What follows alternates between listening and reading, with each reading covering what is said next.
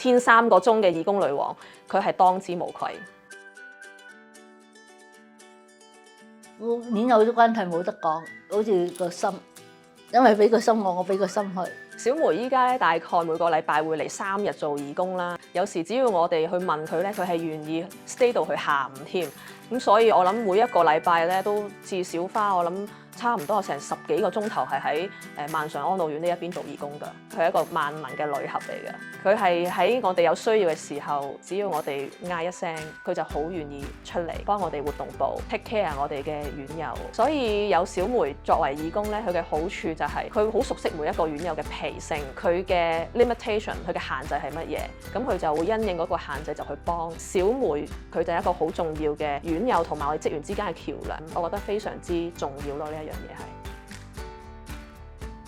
我咧做義工咧做得好開心，希望大家入嚟支持，做喺萬上做義工，咁樣做咗一個愛心個義工俾老人家支持。